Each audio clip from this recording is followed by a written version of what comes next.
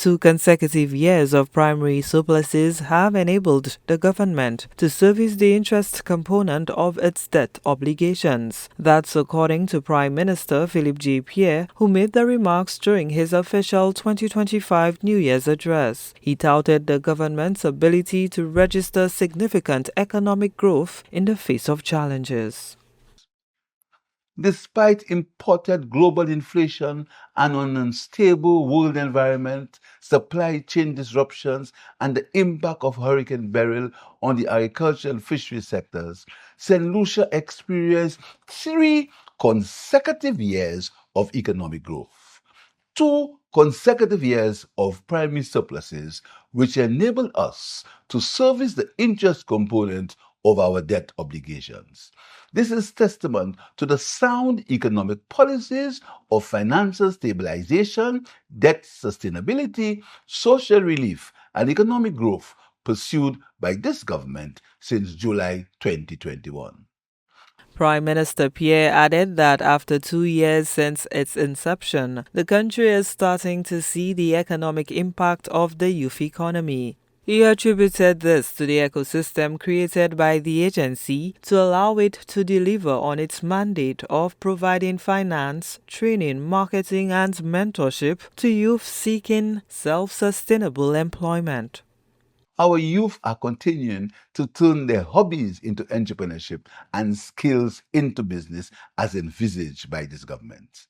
It is evident that the youth economy has a positive impact on generating employment opportunities in the economy, in particularly on youth unemployment, which has dropped from a high of 37% in 2021 to 17% in 2024.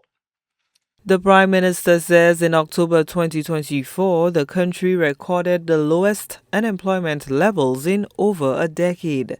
He warns that these gains could be upended by factors out of control, including weather events and international conflicts. The unemployment rate dropped to below 12% for 3 consecutive quarters in a calendar year, the first time in St. Lucia's history.